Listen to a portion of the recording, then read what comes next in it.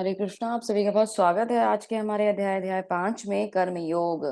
कर्मयोग यानी कृष्ण भावना भावित कर्म। हमने कर्मयोग चैप्टर नंबर 3 भी पढ़ा है, लेकिन वहां हमने कर्म के बारे में जाना था कि अलग अलग प्रकार के कर्म कैसे होते हैं। यहाँ जो कर्म योग है उसमें स्पेशली हम ये जानेंगे कि कृष्ण भावना भावित कर्म कैसे किए जा सकते हैं। तो दोनों बातों में डिफरेंस है। जब हम कर्म करते हैं तो कर्म हमें बंधन देते हैं ना। कर्म अलग अलग प्रकार के होते हैं। कल हमने जाना था कर्म, अकर्म और विकर्म के बारे में। आज हम स्पेशली जो कृष्ण भावना भावित कर्म है या अकर्म है उसको जानेंगे कि हम किस प्रकार से कर्म करें और भगवान के की सेवा में समर्पित करते हुए कर्म को करें तो बंधन हमें नहीं लगेगा। क्योंकि जब भी कर्म हम कोई भी कर्म करते हैं, वो सकाम कर्म हो या विकर्म हो, ठीक है, तो इन दोनों से ही अच्छे कर्म, करने योग्य कर्म, या तो मतलब बुरे कर्म जो हमें नहीं करने चाहिए वो वाले कर्म, हम कोई भी कर्म करें उसका बंधन आता है ना। और ये बंधन हमें पाप और पुण्य में लेके जाता है। पाप और पुण्य की वजह से रिजल्ट क्या होता है? एक जीव का बार बार जन्म होता है, जन्म और मृत्यु के चक्र में वो फंसता है, और उसके बाद क्या होता है? वो इन्हीं चक्रों में फंसा रह जाता है। जबकि हम कृष्ण भावना भावित कर्म अगर करते हैं तो हमारे लिए लाभ ही लाभ होता है, क्योंकि हम सारे कर्मों को भगवान श्री कृष्ण को समर्पित करके करते हैं। तो इसी टॉपिक को डिटेल में समझेंगे, आगे बढ़ते हैं। भगवान श्री कृष्ण और प्रभुपाद जी की बातों को समझते हुए एक और अध्याय देखते हैं कि आज हमारे लिए इसमें क्या है। हरे कृष्णा। चलिए, तो अर्जुन की उलझन से अध्याय शुरू होता है। अर्जुन को डाउट आ गया अभी। भगवान ने अर्जुन को समझा दिया था, कल ज्ञान दे दिया था भगवान ने, दिव्य ज्ञान से उसे मतलब एक तरीके से प्रेरित करा था, सब कुछ समझाया था, बताया था, इतिहास बोला था। मैं भगवत गीता पहले भी आ चुकी है, तुम पहले श्रोता नहीं हो। भगवत गीता कैसे चली गई, लुप्त कैसे हो गई। मैं यानी भगवान कब कब अवतरित होते हैं, क्यों अवतरित होते हैं, कैसे अवतरित होते हैं, भगवान को जानने का लाभ क्या होता है ना। और जानने से भगवान हमारी तरह नहीं है, भगवान हमसे बहुत अलग है ना। कल हमने जाना था हमारे और भगवान के शरीर में बहुत डिफरेंसेस होते हैं। भगवान चिर यौवन रहते हैं। भगवान कैसे अपने भक्तों का कल्याण करते हैं, कल सब कुछ हमने इस चैप्टर में जाना था। और भगवत गीता के इतिहास के बारे में भी जाना था, और बहुत सुंदर हिस्ट्री जानी थी। सब कुछ जान कर समझ कर भी अर्जुन को उलझन हो रही है। अभी अर्जुन को बार बार उलझन होती क्यों है? अर्जुन को बार बार डाउट आते क्यों है? एक्चुअली डाउट अर्जुन को आते नहीं है, ये डाउट अर्जुन को आते हैं हमारे लिए, क्योंकि हमारी बहुत उलझने हैं, हमारे जीवन में बहुत डाउट है, हमारे मन में बहुत शंकाएं हैं। तो वो शंकाएं अर्जुन अपने ऊपर लेकर वहां बार बार भगवान से प्रश्न करते रहते हैं। तो क्या पूछते हैं अर्जुन? अर्जुन उवाच संन्यासम कर्मणाम कृष्ण पुनर्योगम च संशसि यत् यच्छ्रेय एतयोरेकम तन्मे ब्रूहि सुनिश्चितम। अर्जुन ने कहा, हे कृष्ण, पहले आप मुझसे कर्म त्यागने के लिए कहते हैं, फिर आप भक्ति पूर्वक कर्म करने का आदेश देते हैं। क्या आप सब कृपा करके निश्चित रूप से मुझे बताएंगे कि दोनों में से अधिक लाभप्रद कौन से क्या है? तो भगवान से वो पूछ रहा है कि आप मुझे बताओ, कभी तो आप कर्म करने का आदेश दे रहे हो, कभी कर्म त्यागने का आदेश दे रहे हो, है ना। तो आप मुझे बताओ, क्योंकि संन्यास का ज्ञान भी भगवान ने उन्हें दिया, लेकिन फिर संन्यास के साथ रहते हुए कर्म करने का ज्ञान भी उन्हें भगवान ने दिया। तो वो जानना चाहते हैं कि भी फाइनल एक डिसीजन मुझे दे दो कि किस प्रकार से मुझे कार्य करना है। श्री भगवान वाचा, भगवान उसकी शंका को दूर करते हुए बताते हैं, संन्यास कर्म योगश्च निःश्रेयसा कुरा भुभो तस्यो अस्तु कर्म संन्यासात कर्म योग विशिष्यते। तो भगवान क्या कह रहे हैं अर्जुन को कि श्री भगवान ने उत्तर दिया, मुक्ति के लिए तो कर्म का परित्याग तथा भक्ति में कर्म दोनों ही उत्तम है, किंतु इन दोनों में से कर्म के परित्याग का भक्ति युक्त कर्म के परित्याग से भक्ति युक्त कर्म श्रेष्ठ है। तो भगवान क्या कह रहे हैं, अगर आप मुक्ति पाना चाहते हो तो कर्म करते हुए भी पा सकते हो, कर्मों का त्याग भी कर सकते हो, सन्यासी बन जाओ, कर्मों का त्याग कर लो जैसा आपको लग रहा है। लेकिन रियलिटी क्या है कि कर्मों का त्याग कभी होता ही नहीं है ना। तो भगवान कह रहे कर्मों को त्यागने की बजाय भक्ति में कर्म करना श्रेष्ठ है, भक्ति में कर्म कर लो और कर्म भी होंगे और कर्म को त्यागने की आवश्यकता भी नहीं पड़ेगी, है ना। तो त्यागना क्या होता है रियलिटी में हमें आगे पता चलेगा। तो यहाँ स्टोरी आती है राजा नृग की। राजा नृग क्या कौन थे? एक बहुत तपस्वी अच्छे राजा थे, तपस्वी तो नहीं, अच्छे राजा थे, दान पुण्य करने वाले, यज्ञ हवन करने वाले राजा थे, बहुत ही धार्मिक राजा थे। उन्होंने क्या करा, एक बार सोचा कि बहुत दिन हो गए, मैंने ना बहुत दिन से कोई धर्म पुण्य का कार्य नहीं करा है, तो एक काम करता हूँ कि मैं कुछ धार्मिक कार्य करता हूँ, अनुष्ठान करता हूँ। उन्होंने ब्राह्मणों को बुलाया और गौदान करने की सोची। जब गौदान करने लगे तो क्या हुआ कि एक ग्रुप को गौदान, एक ग्रुप जो गायें थी वो गौदान कर दी एक ब्राह्मण को, फिर दूसरे ग्रुप की गायें थी वो दूसरे ब्राह्मण को गौदान करने लगे। तो हुआ ये कि वो जो डोनेट हुई हुई गायें थी वो दूसरे ग्रुप में जाके खड़ी हो गई। तो ब्राह्मण को ये लगा कि राजा तो चीटिंग कर रहे हैं, मुझे दान करी हुई वस्तु किसी और व्यक्ति को दान कर रहे हैं। तो दोनों ने राजा के ऊपर भड़कना शुरू कर दिया, और दोनों ने राजा की एक नहीं सुनी कि मैंने जानबूझकर ऐसा नहीं करा है, गलती से वो गाय उधर चली गई। ये राजा की इंटेंशन पे शक करते हुए उन्होंने क्या करा, उन्होंने राजा को श्राप दे दिया कि तुम जो है ना जाके छिपकली बन के कुएं में पड़े रहो, ऐसा कह दिया। वर्षों वर्षों तक वो राजा नृग कुएं में छिपकली बन के पड़े रहे। फिर एक बार भगवान श्री कृष्ण आए और उनके ऊपर कृपा हुई, उन्होंने राजा नृग के ऊपर हाथ फेरा और राजा नृग को मुक्ति प्रदान करी। तो हालांकि भगवान की एक लीला थी जिसके थ्रू भगवान ही समझाना चाहते थे कि पाप और पुण्य के कर्म जो होते हैं ये हमें बंधन देते हैं। हमें ऐसा लगता है ना कि पुण्य के कर्म हमें बंधन नहीं देते, तो पुण्य कर्म भी हमें बंधन देते हैं, और पाप भी हमें बंधन देते हैं। हमारी पुण्य कर्म जब हम कर रहे होते हैं उसमें कोई भी छोटी सी गलती से हमारा जो है ना एक तरीके से पतन भी हो सकता है। तो बहुत सोच समझकर बहुत ध्यान से ये कार्य करने चाहिए। और अगर ये अब आप बोलोगे कि दान ही तो कर रहे थे, तो दान अगर सही प्रकार से करा होता, भगवान की सेवा में निमित्त होकर प्रॉपर तरीके से करा होता, या कहीं ना कहीं पता है ये वाली बात है कि उनका कोई ना कोई कर्म रहा होगा कि उस दान के थ्रू ही उन्हें ये छिपकली बनने का प्रॉब्लम उनके सामने आई लाइफ में। तो कोई कर्म कहीं ना कहीं होता है जो हमारे सामने आता है। जब भी हमारे जो कर्मों का लेखा जोखा होता है ना, ये इसको तो हमें भुगतना ही पड़ता है। बस बात ऐसी होती है कि भक्तों के लिए भगवान कृपा करने के लिए आ जाते हैं और उनकी प्रॉब्लम को सॉल्व कर देते हैं, और जो अभक्त होते हैं वो जो जो कष्ट होते हैं वो बहुत परेशानियों से झेलते हैं। कल एक माता जी प्रश्न भी पूछ रही थी ना कि भक्तों को कष्ट मिलता ही क्यों है, या फिर अभक्तों के जीवन में उतने दुख नहीं होते। तो यही फर्क है, दुख आते हैं है ना, हमें लगता है दुख बहुत ज्यादा है क्योंकि उनके पास भौतिक विलास की चीजें भक्तों के पास बहुत सारी नहीं होती। और ऐसा भी नहीं है, भक्तों के पास बहुत ऐश्वर्य भी होता है, भगवान उन्हें ऐश्वर्य देते भी है। लेकिन फर्क पता है क्या होता है, कि उनके पास ना ऐश्वर्य के साथ साथ ना सही बुद्धि होती है, और वो उस ऐश्वर्य का ना अपने भोग के लिए प्रयोग नहीं करते। तो कभी ऐसा प्रतीत ही नहीं होता कि ये बहुत ऐश्वर्यवान व्यक्ति हैं, कभी ऐसा लगता ही नहीं, क्योंकि वो तो 24 घंटे निरंतर भगवान की सेवा में ही निहित रहते हैं। तो ये राजा नरक की स्टोरी थी। आगे भगवान क्या कहते हैं, ये ऐसा नित्य सन्यासी योगम नित्य सन्यासी यो न देष्टि न कांक्षति निर्द्वंदो ही महाभावो सुखम बंधात प्रमुच्यते। कर्म योग या कर्म संन्यास में से क्या बेटर है, भगवान अर्जुन को बता रहे हैं। जो पुरुष न तो कर्म फलों से घृणा करता है और न ही कर्म फल की इच्छा करता है, वह नित्य सन्यासी जाना जाता है। हे महाबाहु अर्जुन, ऐसा मनुष्य समस्त द्वंद्वों से रहित होकर भव बंधन को पार कर पूर्णतः मुक्त हो जाता है। तो वह व्यक्ति जो ना कर्म फल से घृणा करता है ना उसकी इच्छा करता है। तो हमें करना क्या है, कर्म करने हैं, हमें हमें उसके फल से घृणा और इच्छा नहीं करनी। कल हम यही डिस्कस कर रहे थे कि कर्म फलों से हमें आसक्ति नहीं रखनी है, कर्म कर रहे हैं, केवल कर्म करने तक का कर्तव्य हमारा है। और पता है जो हमारे शरीर से संबंधित जो कर्म होते हैं ना, जो हमारे संबंध बन के इस जगत में आए हैं, वो हमारे एक तरीके के कर्तव्य होते हैं। जैसे कि क्षत्रिय कर्तव्य है युद्ध करना, है ना, एक स्टूडेंट का कर्तव्य है शिक्षा अर्जित करना, ग्रहण करना, है ना, माता पिता की सेवा करना। तो एक व्यक्ति का कर्तव्य है गृहस्थी का पालन करना, उनकी देखभाल करना। तो जो ये कर्तव्य है इनसे हमें बंधन नहीं लगेगा अगर हम भगवान की सेवा के साथ साथ इन कर्तव्यों को करेंगे। लेकिन अगर हम भगवान की सेवा की बजाय उपभोग के लिए, भोग के लिए इन कर्तव्यों को करेंगे, तो ये हमें बंधन देंगे ही। तो भगवान कह रहे हैं नित्य सन्यासी बेसिकली क्या है कि अगर आप कर्मों के बंधन में नहीं बंध रहे हो, है ना, आपका एक माँ का कर्तव्य क्या है कि एक बच्चे की जो देखभाल है, परवरिश है, बहुत सुंदर तरीके से करे, उसको एक वैष्णव बनाने के रास्ते पर लेकर आए, भगवान की प्रार्थनाएं उसे सिखाए, वैष्णव आचरण उसे सिखाए, चीजें उसे सिखाए, और उसको उस प्रकार से बड़ा करे कि भगवान कृष्ण का भक्त बन जाए। तो अगर इस प्रकार से एक माँ अपने बच्चे को बड़ा करती है, तो माँ का जो कर्तव्य है वो पूरा कर रही है, और उसके ऊपर कोई बंधन नहीं आ रहा, अगले जन्म का कोई बंधन उसके ऊपर नहीं रहेगा। लेकिन वही माँ क्या है, मौज मस्ती में है, और अभी खाना पीना घूमना फिरना, उसकी एक सोशल मतलब क्या कहते हैं भौतिक लाइफ है, उसी लाइफ में माँ ने बच्चे को भी लगा दिया है।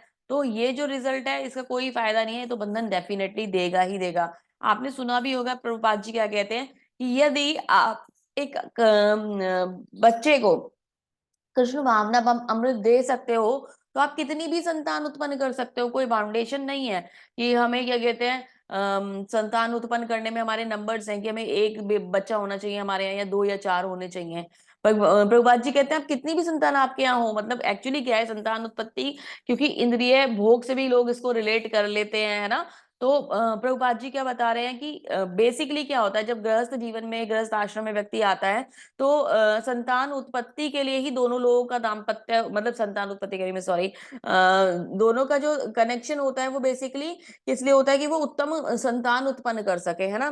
तो दोनों लोग अपने गृहस्थ जीवन को सुचारू रूप से चलाते हैं। संतान उत्पत्ति भी उसका एक पार्ट है, लेकिन वो किस लिए होता है कि बहुत ही एक तरीके से समझ लीजिए कि सुचारू रूप से चले और बच्चा जो है वह कृष्ण भावनामृत बने, है ना, भक्ति में आ जाए। लेकिन अगर वो लोग बच्चे को भक्ति में नहीं लाते हैं तो फिर ये टोटल भोग रहता है और उसके सिवा कुछ नहीं होता। तो शास्त्रों के अकॉर्डिंग अगर हम काम करेंगे, तो शास्त्रों के अकॉर्डिंग अगर हम लोग चलेंगे, तो शास्त्र हर चीज को अलाउड करता है, लेकिन आपकी इंटेंशन सही होनी चाहिए, है ना।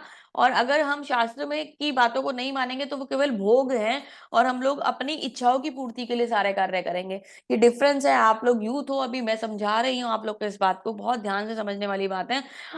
मतलब जीवन में हर चीज को ना हम लोग दो तरीके से यूज कर सकते हैं, कि हम भक्ति में जीवन को के साथ चीजों को चलाएं, या हम अपने भोग के लिए चलाएं। तो डिसीजन अब आपका होगा कि आपको अपने जीवन को किस प्रकार से चलाना है। शास्त्रों के साथ शास्त्र संगत तरीके से जीवन चलाओगे तो बहुत सुंदर रहेगा और कोई बंधन नहीं बनेगा। तो माँ का कर्तव्य है बच्चे को भगवत ज्ञान देना, या तो मतलब कृष्ण भावना भवित करना, या तो भगवान की सेवा में लेके आना।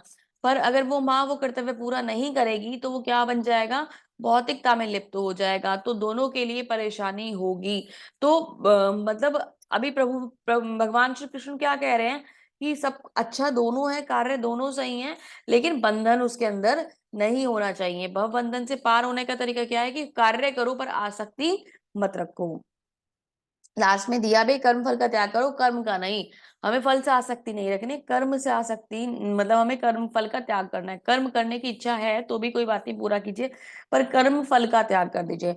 अभी जो भोग होते हैं उनसे रिलेटेड, मतलब एक तरीके से ये समझ लीजिए, माया हमारे दिमाग पर ना बहुत ज्यादा इफेक्ट कर देती है। और माया का प्रभाव ही होता है कि जीव जो होता है वो भोग में ही लगे रहना चाहता है, खाना पीना सोना घूमना फिरना, ये सब चीजों में ही लगे रहना चाहता है।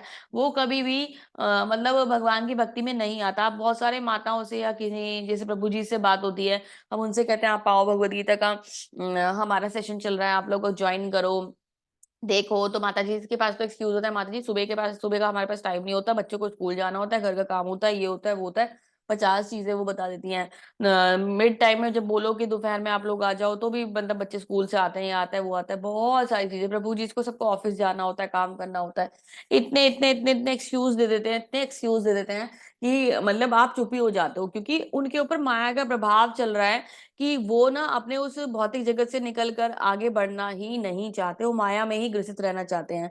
और माया हमें पकड़ के रखती है, माया हमें खींच के रखती है, भगवान तक जाने ही नहीं देती, क्योंकि भगवान, माया का काम ही है ये, माया का अपॉइंटमेंट किस लिए हुआ है, माया देवी इसीलिए आई हैं कि भगवान के जो भक्ति नहीं करना चाहते उन लोगों को इस भौतिकता के पूल में गिरा के रखें। यही माया देवी की ड्यूटी है। और माया देवी ना, भागवतम में मैं कई बार बता चुकी हूँ, सर मुंह छुपा के भगवान के पीछे खड़ी हुई हैं, अपने मुंह को ढक रखा है उन्होंने अपने हाथों से, और क्या कहती हैं, भगवान आपने मुझे किस प्रकार की सेवा कर दी कि मुझे लोगों को आपके चरणों से दूर ले जाने के लिए प्रेरणा करनी है। मैं बहुत शर्मसार हूँ, मुझे बहुत शर्म आती है। माया देवी इस प्रकार से भगवान से कह रही हैं और बहुत दुखी हो रही है कि भगवान से दूर करने की सेवा, ये कौन सी सेवा है भगवान आपके पास। लेकिन वही माया देवी, जब भक्त जो है, एक व्यक्ति जो है भगवान की भक्ति में जाना चाहता है, तो यही वो माया देवी हैं जो इस भौतिक जगत के पाश का जो बंधन, जो भौतिक जगत का जो बंधन होता है, जो भौतिक जगत का पाश होता है ना, रजोगुण तमोगुण के जो बंधन होते हैं ना, इनसे निकाल कर भक्त को श्री चरणों में समर्पित कर देती हैं, ये वही माया देवी हैं।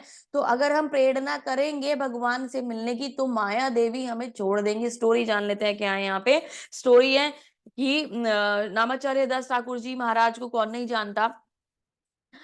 उनको नामाचार्य हरिदास ठाकुर जी इसलिए कहा जाता है, चैतन्य महाप्रभु ने उनको नामाचार्य की उपाधि दी थी, क्योंकि वो दिन में बहुत ज्यादा भगवान के नाम का जप करते थे। अगर मैं यहाँ किसी से पूछूं, कोई आंसर कर पाएगा कि एक एक गेस करके बताइए मुझे कि कितना जब नामाचार्य जी करते होंगे, कितनी माला कर सकते होंगे, गेस करके बताइए मुझे, कोई बता सकता हो तो। न्यू स्टूडेंट्स में से कोई गेस करेंगे तो अच्छा रहेगा। हरे कृष्णा। कितने माला जप कर सकते होंगे नामाचार्य जी, कोई आइडिया है किसी को? हरि बोल। आ गए चैट बॉक्स में आंसर। यस, 192 राउंड्स डेली जप करते थे नामाचार्य हरिदास ठाकुर जी। और 192 राउंड करने में, हमारा एक राउंड होता है ना, तो ऐसे लगता है उबासियां आनी शुरू हो जाती हैं, है ना। और दूसरा तीसरा, और जो 16 पे पहुंच गए तो लगता है वाओ क्या अचीवमेंट हो गया हमारी लाइफ का, हमने तो इतना बड़ा काम कर दिया, जैसे भगवान के ऊपर एहसान कर दिया, और भगवान तुम्हारा नाम 16 माला में ले लिया, अभी अब देखते रहो अपने आप, हमें टेंशन नहीं है। वो भाव जो है ना हमारे अंदर, हम कहीं ना कहीं थोड़ा सा गर्वित हो जाते हैं। कोई बात नहीं, शुरू शुरू में ऐसा होता है, धीरे धीरे नाम में आसक्ति और आस्था बढ़नी शुरू हो जाती है। तो 192 राउंड्स जब करते थे नामाचार्य जी, एक दिन माया ने सोचा कि क्यों ना इनकी जाके टेस्टिंग करी जाए, तो इनको भेजा गया माया देवी को टेस्टिंग करने के लिए। तो हीरा नामक वैश्य के रूप में माया वहां पहुंचती है और जाके बोलती है कि मुझे ना आपसे बात करनी है। किनसे? नामाचार्य हरदास ठाकुर जी से। कहती मुझे बात करनी, तो कहते बैठो बैठो, जब कर लूं फिर बात करेंगे। बैठ जाती है। जब करते रहते उनका जब ही नहीं खत्म होता, दिन से रात हो जाती है। कहती मुझे बात करनी है। कहते जब तो कर लूं पूरा, जब फ्री हो जाऊंगा तो बात करूंगा। नींद आ जाती है, सो जाती है, फिर देखती है तो फिर जब में लगे हुए हैं। तो कहती मैं कल आऊंगी। फिर आती है, कहती मुझे आपसे बात करनी है। वो कहते बैठो बैठो, मैं जब कर लूं फिर बात करूंगा। कहती है आज मैं सोऊंगी ही नहीं।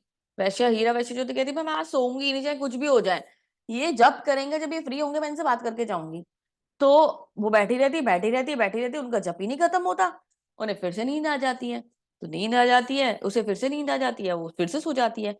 फिर कहती है आज तो मुझे इसे पकड़ना ही पड़ेगा। तीसरे दिन, तीसरे दिन फिर आती है। कहती है चाहे कुछ भी हो जाए, आज कुछ भी हो जाए, मैं सोऊंगी नहीं और मैं इनसे बात करके ही जाऊंगी, चाहे कुछ भी हो जाए। मतलब उसे करना क्या था? माया का जादू चलाना था। वो माया का जादू तो तब चलता ना जब कोई बात करेगा तो प्रभाव आएगा ना माया का। माया में उन्हें इंटरेस्ट ही नहीं है, वो इंटरेस्ट ही नहीं ले रहे, वो तो अपने जब में इंटरेस्ट रखे हुए हैं। तो तीसरा दिन फिर आता है, वो फिर जब करती हैं, वो जब करते हैं महाराज जी। तो ये क्या करती है? कहती है कि जब कब कंप्लीट होगा, कब कंप्लीट होगा, करती रहती है। धीरे धीरे से नींद आनी शुरू हो जाती है। नींद आनी शुरू होती है तो उसके मुंह से ना अपने आप ही स्वतः ही हरे कृष्ण कृष्ण कृष्ण हरे हरे, हरे राम राम राम हरे हरे निकलने शुरू हो जाता है। देखिए संगति का असर, कि 3 दिन में जब के सुनने का प्रभाव क्या हुआ कि माया ही हरि नाम का जप करने लग गई। इससे बड़ी कोई बात हो सकती है क्या? तो तीसरे दिन में वो हरिनाम का जप करते करते फिर से सो जाती है, और जब सोकर उठती है तो भगवान की, मतलब ये देखिए कि माया माया पे भी चल गई, और हरिदास ठाकुर जी के चरणों में प्रणाम करती है और बोलती है कि मुझे क्षमा कीजिए, मैं आई तो आपकी टेस्टिंग के लिए थी, लेकिन आपने तो मुझे ही मतलब क्या कहते हैं, भक्ति के प्रभाव में ला दिया। तो उनको प्रणाम करती है, और फिर ये जो हीरा नामक वैश्य थी भगवान की भक्त बन जाती है। तो माया का आप ये देखिए कि माया ही अपने टेस्ट में खुद फंस गई। ऐसे थे नामाचार्य हरिदास ठाकुर जी। तो उनको चैतन्य महाप्रभु ने नामाचार्य की उपाधि दी है, और नामाचार्य के नाम से हम जानते हैं। हरिदास ठाकुर जी महाराज की जय, नामाचार्य हरिदास ठाकुर जी महाराज की जय। बहुत सुंदर है ये प्रेरणा हमारे लिए, कि अगर एक भक्त चाहे भगवान का, और सबसे बड़ी बात पता है, वो एक मुस्लिम परिवार से आते थे, और वहां से आके उन्होंने भगवान की भक्ति शुरू कर दी। बहुत बड़ी बात है, बहुत ही बड़ी बात है। तो अगर एक भक्त चाहे, एक व्यक्ति चाहे, तो भगवान की भक्ति किसी भी सिचुएशन में कर सकता है, कैसे भी कर सकता है, और भगवान उसको संरक्षण प्रदान करते हैं। ये बात हम आगे वाले चैप्टर्स में जानेंगे कि भगवान अपने भक्त को कैसे संरक्षण प्रदान करते हैं। बहुत सुंदर है, मैंने शॉर्ट में आपको कथा सुनाई है। तो आगे क्या कहते हैं? ब्राह्मण या ध्याये कर्माणि संचय कृत्वा करोति है लिप्यते लिप्यते न स पापेन पद्म पत्रम विभाम भसा। जो व्यक्ति कर्म फलों को परमेश्वर को समर्पित करके आसक्ति रहित होकर अपने कर्म को करता है, वह पाप कर्मों से उसी प्रकार से अप्रभावित रहता है जिस प्रकार से कमल पत्र से अस्पृश्य जल अस्पृश्य रहता है। कमल के पत्ते पर जल नहीं टिकता ना, सबको पता है। और कमल कहाँ खिलता है? कीचड़ में खिलता है। बहुत विपरीत परिस्थितियों में कीचड़ में कमल खिलता है।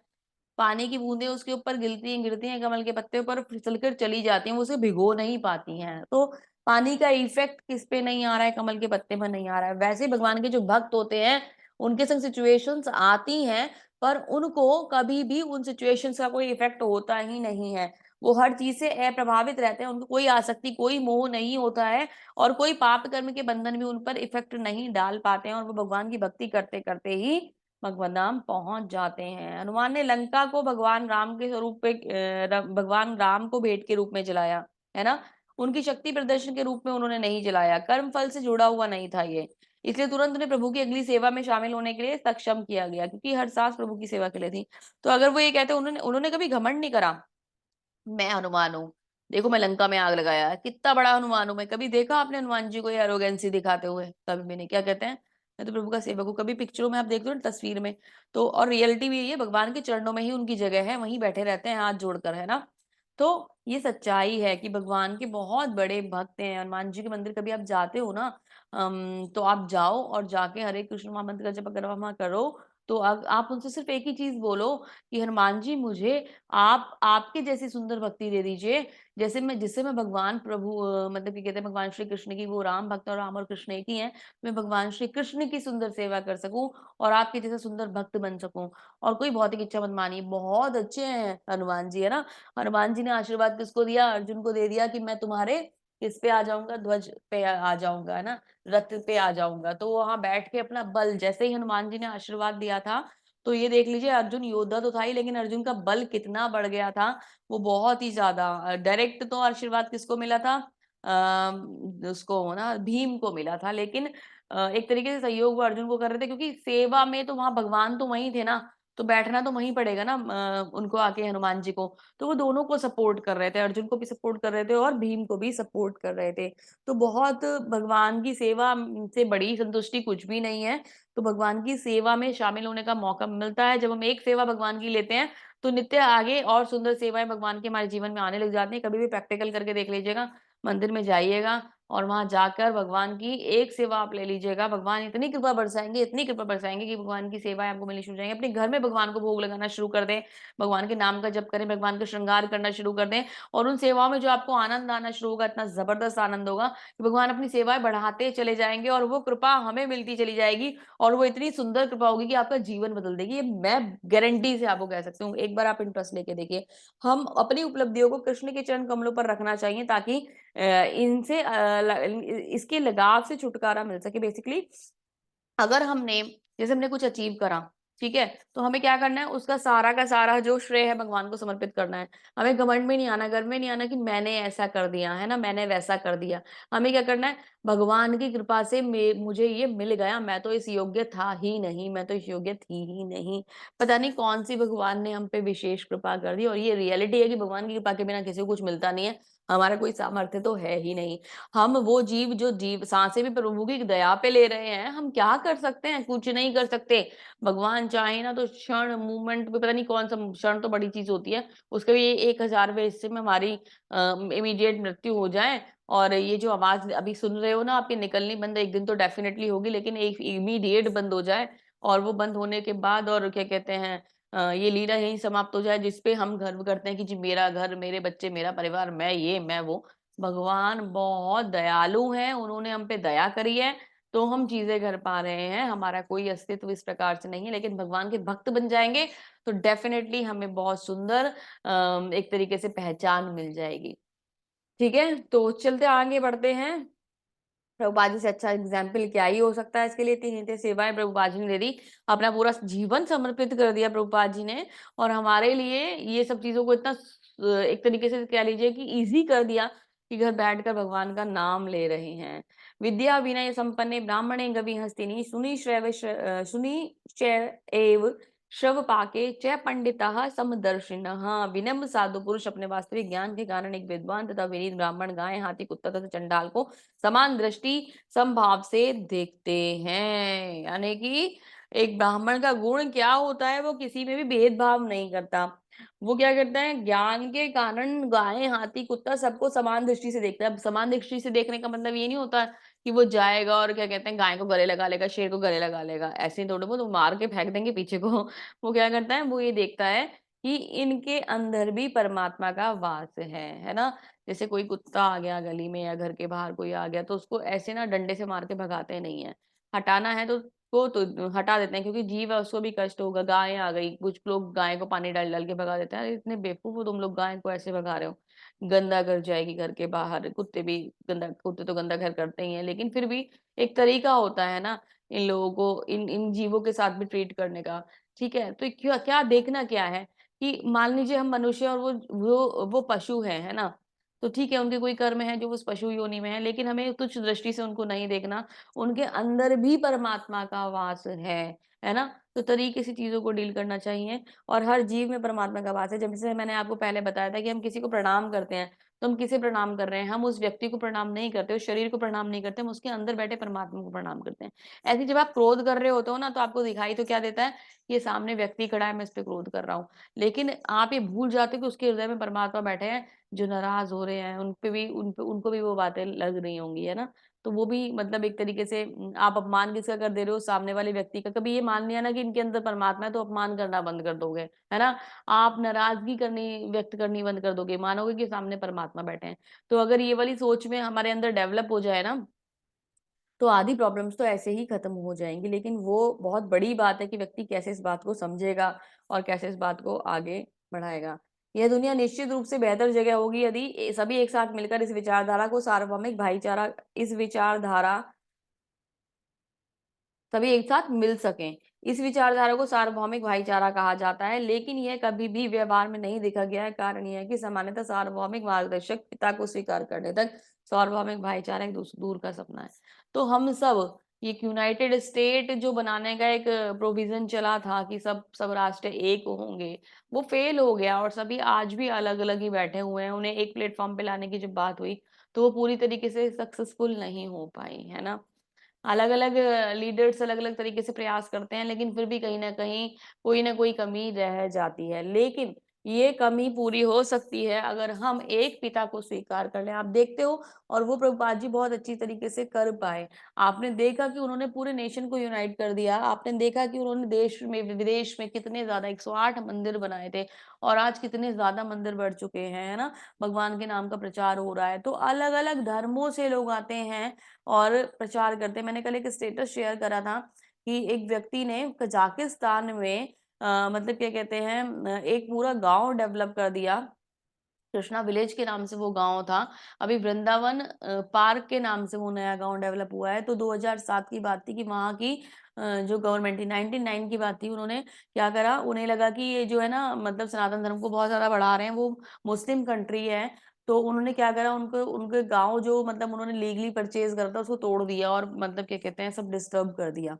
फिर क्या हुआ, फिर उन लोगों ने हार नहीं मानी और फिर से उस चीज़ को डेवलप करा और बहुत सुंदर तरीके से डेवलप करा। तो फिर वो कृष्णा विलेज से 34 किलोमीटर्स दूर पर उन्होंने क्या बनाया, फिर से एक वृंदावन पार्क के नाम से एक विलेज बनाया वहाँ पे और वृंदावन पार्क उस कृष्णा विलेज से और सुंदर बनाया भगवान का धाम और वहाँ पर अभी सारे सनातन लोग रहते हैं। उन्होंने पूरे गाँव को इस्कॉन से कनेक्ट कर दिया, सनातन धर्म में कन्वर्ट कर दिया। मुस्लिम लीडर्स को उन्होंने सनातन धर्म में कन्वर्ट कर दिया और वो चीज़ों को उन्हें समझाते हैं और वो बहुत अच्छे से उसे एक्सेप्ट करते हैं और पूरी तरीके से भगवान की सेवा में लगे हुए हैं।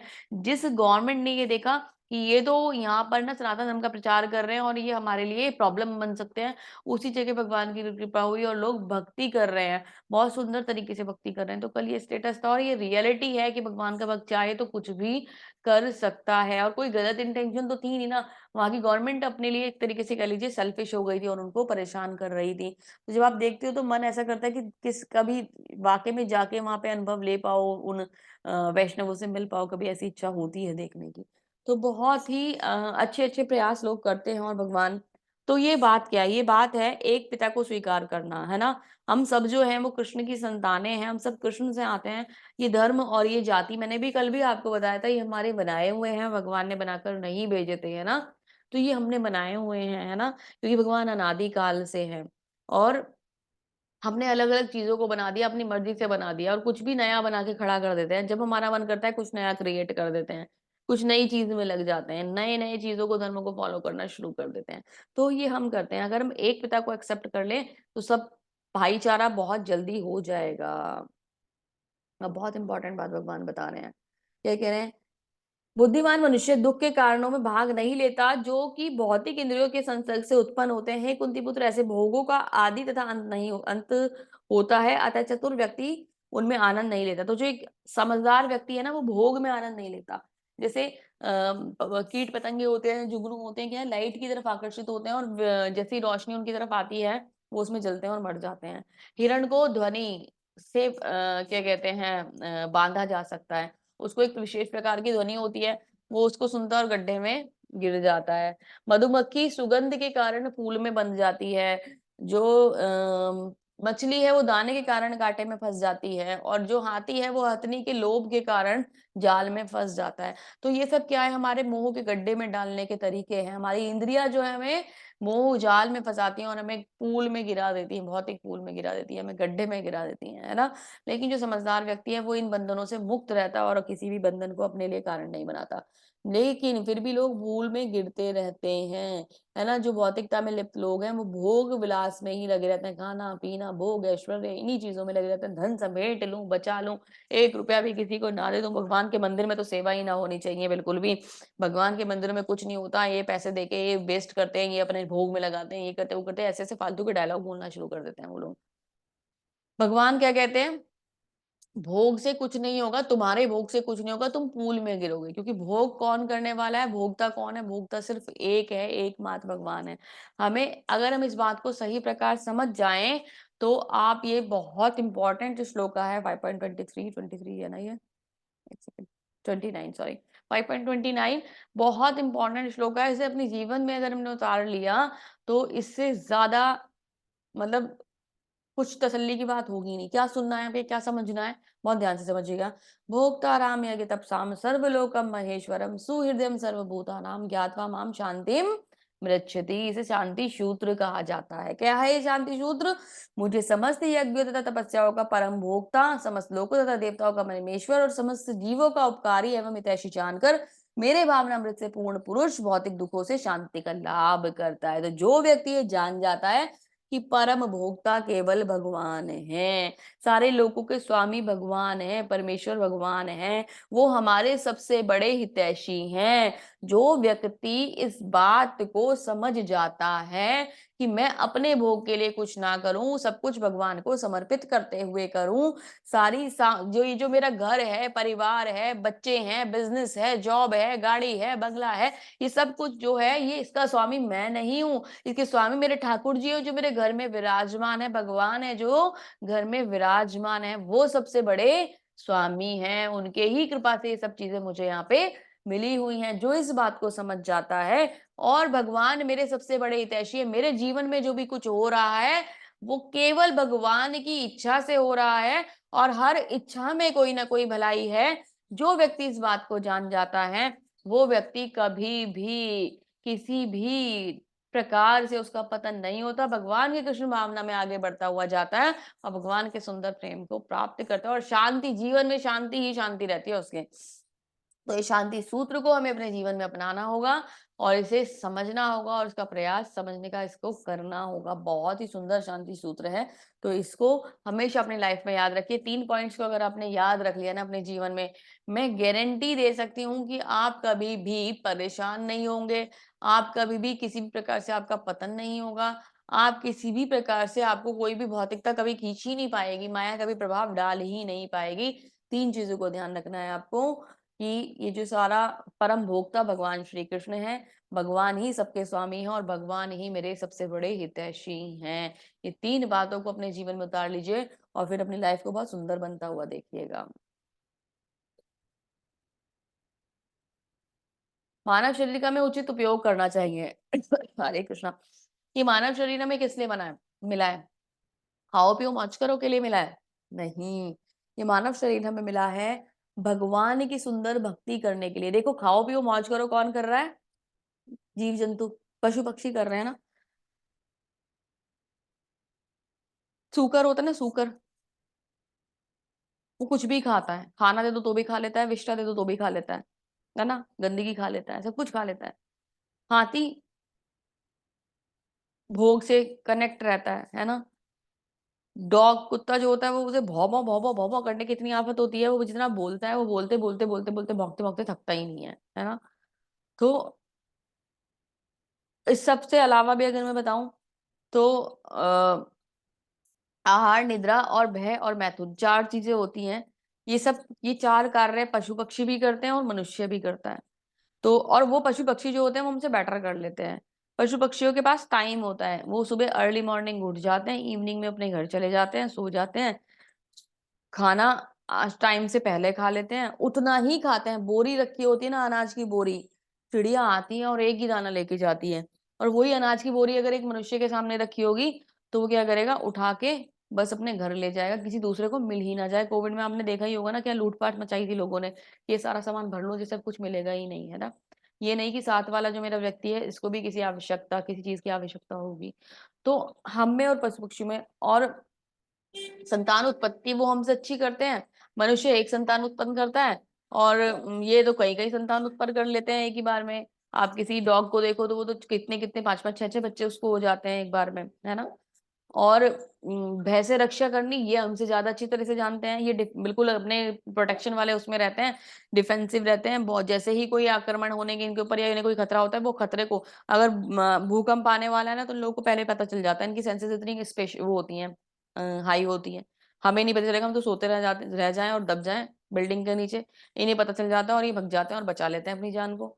तो ये चीजें हमसे अच्छी करते हैं। तो अगर भोग ही करना है तो फिर पशु पक्षी बन जाएं, उसमें फायदा है। भगवान ने हमें मनुष्य बनाया क्यों है? क्योंकि हमारे पास इनसे एक चीज अलग है। वो क्या अलग है? कोई आंसर कर सकता है वो क्या चीज है जो हमें पशु पक्षियों से अलग हम नहीं है? लोग इंक्वायरी कर सकते हैं माता जी। क्या कर सकते हैं हम? इंक्वायरी। इंक्वायरी कर सकते हैं। और क्या हम्म। अलग मिला है हमें? इंक्वायरी करने का बेस क्या है जी? माता जी कॉन्शियसनेस। Consciousness, yes. और धर्म। हरे कृष्ण माता जी। यस माता जी। माता जी भक्ति भी कर सकते हैं, भगवान को याद कर सकते हैं। लेकिन हमारे पास कुछ ज्यादा है ना। क्या ज्यादा है हमारे पास? वो सब करोगे बुद्धि किसके द्वारा? किस वजह से करोगे? आपके पास क्या है? बुद्धि। बुद्धि बुद्धि। यस, हमारे पास बुद्धि है, हमारे पास ज्ञान है ना। हम उस ज्ञान का सही यूटिलाइजेशन करके इन सब चीजों से बच सकते हैं। और उस ज्ञान को यूटिलाइजेशन, हमें पता है कि हम वो जीव जंतु नहीं है, हम वो पशु पक्षी नहीं है, क्योंकि हमारे पास ज्ञान है, हमारे पास बुद्धि है ना। तो उससे हम आगे निकल सकते हैं। भगवान ने बुद्धि और ज्ञान हमें दिया क्यों है? ताकि हम पशु पक्षियों की तरह भोग ना करें। हम इस जीवन में आए हैं, हमें एक मौका मिला है, हमने जो गलती करी कि हम, पता है वहां से क्यों आए थे? भगवत धाम से। हमें हमारे अंदर ना ईर्ष्या आ गई थी कि हम भी ना साम्राज्य का भोग करना चाहते हैं। मैं सब कुछ अपना अपना अपना देखना चाहता हूँ, मेरा घर हो, मेरा परिवार हो, मेरे बच्चे हो, मेरा घर, मतलब क्या कहते हैं, बिजनेस हो, व्यापार हो, मैं स्वामी हूँ। मैं स्वामी बनना चाहता था, तो इसलिए मैं यहाँ से पे ना जिद करके भगवान से आ गया कि मुझे स्वामी बनना है। लेकिन भगवान ने बहुत समझाया, लेकिन हम नहीं समझे, छोटे बच्चे की तरह हमने जिद करी। तो अभी भगवान ने हमें कभी भी, मैंने पहले भी बता चुकी हूँ, अकेला नहीं छोड़ा। भगवान ने हमें क्या दिया? भगवान ने हमें बुद्धि दी, और भगवान ने परमात्मा स्वरूप में हमारा हाथ न थामे रखा है, हमारे हृदय में विराजमान हो गए आकर। ठीक है। अब वो बैठे हुए चीजों को देखते तो रहते हैं, लेकिन डिसीजन क्योंकि फिर भी आपका ही होगा, इसलिए वो हिटलर नहीं है जो अपनी तानाशाही चलाएंगे, इसलिए वो तानाशाही अपनी नहीं चलाते। लेकिन उन्होंने हमें बुद्धि क्यों नहीं चलाते तानाशाही? क्योंकि उन्होंने हमें बुद्धि दे दी, ज्ञान दे दिया कि तुम इसका इस्तेमाल करो, है ना। अब बेवकूफ तो हम है ना, कि हम उसका इस्तेमाल करना नहीं चाहते, हम तो भोग में ही गिरना चाहते हैं, हम तो भोग में ही फंसना चाहते हैं। तो ये गलती हमारी है, भगवान की नहीं है। अब एक सोने की ईंट अगर आपके सामने रखी हो, तो आप उसको, सोने की ईंट को क्या करोगे? संभाल के तिजोरी में रखोगे, ज्वेलरीज बनवाओगे, या फिर फ्यूचर सेविंग के लिए रखोगे, या उसे पेपर वेट की तरह इस्तेमाल कर लोगे कि सामने पड़ा रहे और पेपर जो है ना इस पे दब जाएंगे, उड़ेंगे नहीं। तो ये तो बुद्धि आपकी है कि आप उस चीज का कैसे इस्तेमाल कर रहे हो। आप पेपर वेट बना दो, कोई चुरा के ले जाएगा, है ना। यही तो होगा, आपको पता भी नहीं चलेगा कहाँ गया। तो वो पेपर वेट बनने के लिए नहीं आया था, वो तो आभूषण बनने के लिए आया था, है ना।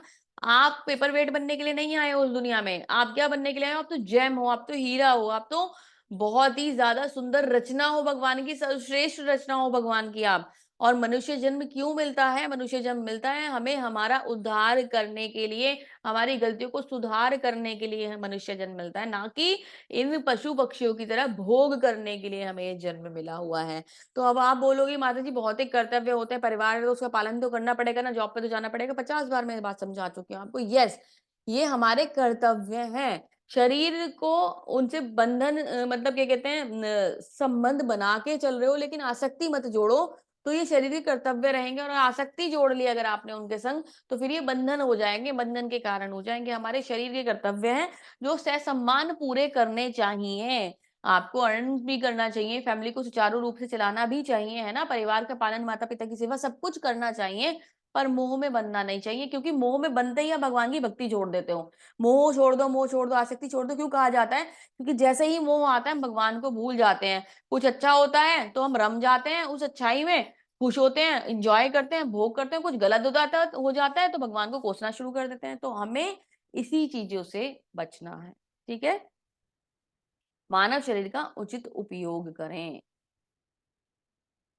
चैप्टर बहुत सुंदर था और थोड़ा शॉर्ट था, तो आज कंप्लीट हो गया जल्दी। प्रभुपाद जी इसको फाइनली क्या करते हैं, समराइज करते हैं। ये 5वां अध्याय कृष्ण भावनामृत की, जिसे सामान्यतः कर्मयोग कहते हैं, व्याख्या, व्यावहारिक व्याख्या है। यहाँ पर इस प्रश्न का उत्तर दिया गया है कि कर्म योग से मुक्ति किस प्रकार प्राप्त होती है। कृष्ण भावनामृत में कार्य करने का अर्थ होता है भगवान के पूर्ण ज्ञान के साथ कर्म करना। ऐसा कर्म दिव्य ज्ञान से भिन्न नहीं होता है। प्रत्यक्ष कृष्ण भावनामृत भक्ति योग का है, और ज्ञान योग वह पथ है जिससे भक्ति योग को प्राप्त किया जा सकता है। तो भक्ति जो है ना, वो ज्ञान के माध्यम से प्राप्त होती है। तो कुछ भी अलग नहीं है, सब हमें एक ही रास्ते पर लेके जा रहे हैं, भक्ति के रास्ते पर। ज्ञान भी हमें भक्ति के रास्ते पर लेके जाता है। कृष्ण भावनामृत का अर्थ है परमेश्वर के साथ अपने संबंध का पूर्ण ज्ञान प्राप्त करके कर्म करना, और इस चेतना का पूर्ण अर्थ है श्री कृष्ण या भगवान, श्री भगवान का पूर्ण ज्ञान, शुद्ध जीवन, पूर्ण ज्ञान। मतलब कृष्ण भावनामृत है क्या? जब हम अपना संबंध भगवान के साथ एस्टेब्लिश कर लेते हैं, एक संबंध हमारा भगवान के संग जुड़ जाता है, वो कृष्ण भावना अमृत कहलाता है। अपने आप को कृष्ण से जोड़ना, जो आप करते आ रहे हो। डे 1 से हम क्या कर रहे हैं? ज्ञान से जुड़ो, कर्म से जुड़ो, किसी भी प्रकार से जुड़ो, भगवान से जुड़ जाओ। छोटे छोटे कार्य करो, किसके लिए? भगवान के लिए। तो कृष्ण भावना अमृत है अपने आप को भगवान से जोड़ना। कल हमने बताया था ना, दास्य भाव में, साख्य भाव में, माधुर्य भाव में, है ना, वात्सल्य भाव में, किसी भी भाव में हम भगवान से जुड़ सकते हैं। शांत भाव में हम किसी भी भाव में भगवान से जुड़ सकते हैं ना। सबसे सुंदर भाव कौन सा है? दास्य भाव, जहाँ हम भगवान के सेवक के रूप में भगवान के पास जाते हैं। रिजल्ट क्या होता है? जब हम इसमें जुड़ते हैं तो भगवान का पूर्ण ज्ञान हमें प्राप्त हो जाता है। तो कृष्ण भावनामृत क्या है? खुद को कृष्ण से जोड़ लेना, अपने भूले हुए संबंध को कृष्ण के साथ स्थापित कर देना। ठीक है। शुद्ध जीव भगवान के अंश के रूप में ईश्वर का शाश्वत दास है। वह माया पर प्रभुत्व जताने की इच्छा से माया के संपर्क में आता है। हम दास हैं, हमारा कर्तव्य भगवान की सेवा करना था, पर मैंने क्या बताया, हमें ऑनरशिप चाहिए, हम स्वामी बनना चाहते थे, इसलिए माया के प्रभाव में आ गए, और यही उसके कष्टों का मूल कारण है। जब तक वह पदार्थ के संपर्क में रहता है, भौतिक आवश्यकताओं के लिए कर्म करना पड़ता है, किंतु कृष्ण भावनामृत में उसे पदार्थ ही परिधि में स्थित होते हुए भी आध्यात्मिक जीवन में ले आता है, क्योंकि भौतिक जगत में भक्ति का अभ्यास करने पर जीव का दिव्य स्वरूप पुनः प्रकट हो जाता है। हरि बोल, इससे सुंदर कुछ हो ही नहीं सकता। इस भौतिक संसार में रहते हुए भी, पदार्थ से घिरे रहने के बावजूद भी, पदार्थ से बने होने के बावजूद भी, पदार्थ क्या है? जितना भी सब कुछ दिख रहा है ना आसपास में, ये सब पदार्थ है आत्मा को छोड़कर। सब कुछ पदार्थ है, सब कुछ। केवल आत्मा ही शाश्वत है, बाकी सब पदार्थ है। इस पदार्थ के संसार में रहते हुए भी हम इस पदार्थ से मुक्त हो सकते हैं, हम इस भौतिकता से मुक्त हो सकते हैं। इस भौतिक शरीर में रहते हुए भी हम भौतिकता से मुक्त हो सकते हैं, और हमारा जो दिव्य स्वरूप है, जो हमारा भगवान का, मतलब एक तरीके से भक्त का जो स्वरूप है, हमारा जो अंतःकरण है, जो शुद्ध भगवान का दास है, जो भक्त है, वो यहीं प्रकट हो जाएगा अगर हम भक्ति में आ गए तो। इससे सुंदर कुछ भी नहीं हो सकता। और जब ये प्रकट हो गया, जब आपके मन में भगवान की भक्ति आ गई, जिस समय आपने ये समझ लिया कि मेरा जो जन्म है वो इन भोगों के लिए नहीं हुआ है, वो शरीर के कर्तव्य पूरा करते हुए भगवान की सुंदर भक्ति के लिए हुआ है, ताकि मैं भगवान का भक्त बन जाऊं, इसलिए हुआ है, उस समय आपका जीवन जो है बहुत सुंदर हो जाएगा, और कोई भी टेंशन आपकी लाइफ में रहेगी ही नहीं।